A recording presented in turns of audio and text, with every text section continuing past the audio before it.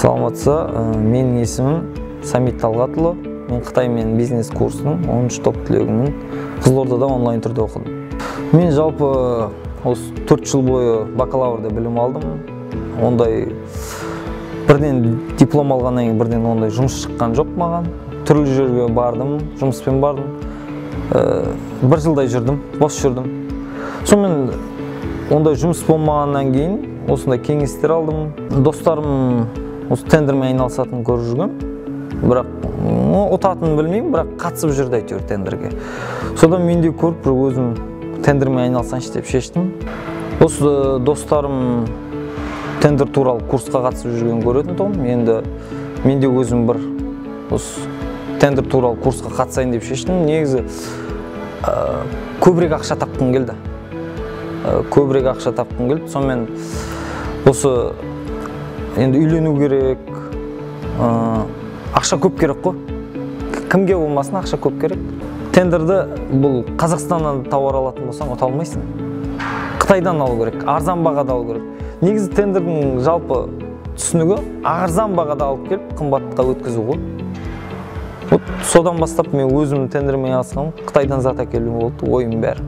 Осы курсты бітіргеннен кейін тендермен айналыстым. Ең бірінші тендерім сол Талдықорғанда болды. 3 миллион 600-ге аудиогид ұтып алдым. Аудиогид деген қарапайым тілмен айтқанда, осы музей болсын, жалпы наушник қой, наушник салып аласың. 4 тілде болады. Көбінесе мен 4 тілділігін ұттым.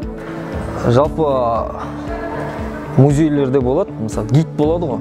Адамдарды осы топтастырып ертіп алаттағына, музей туралы жалпы түсіндіретін адам болады ғой. Соның орнын басатын нәрсе ғой. Өзімде бірінші рет көрдім ондай затты. Қытайдан таптым, Alibaba платформасынан. Қытайға барып көрген жоқпын.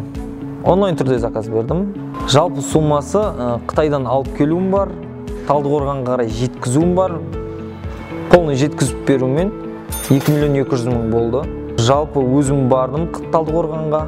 Таза үстіне көргенім 1 миллион 400 мың теңге.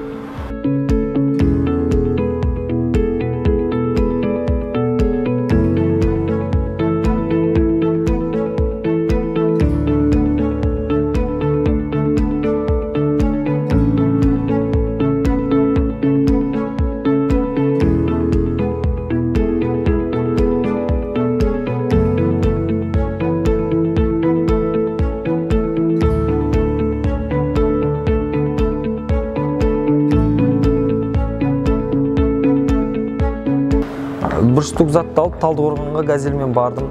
Тексерттім мекемеге. Мекеме дұрыс деп шешті. Әкеле беріңіз деді. Қолхат жаздырып алдым. Содан бастап қарыз іздей бастадым. Маған енді сенім берді ғой мекеме. Алып келе беріңіз деген сенім берді. Қолхат берді. Қорықпай қарыз іздей бастадым. Қарызданып жинадым. Өзім кішкене майда-шүйда жұмыстармен айналысып жиған терген бар. Ол көп ақша емес. Басым көпшілігін қарызданып жинадым ақшаны. Достарымнан жинадым. Әке-шешемнен алдым. Жалпы әке-шешем берді көп ақша. Ақша тапқаннан кейін КамАЗбен затты алып келдік. 14-15 күнде келді. Өзім бәрін тексеріп алдым, коробкасын ашып, полный қарадым өзім.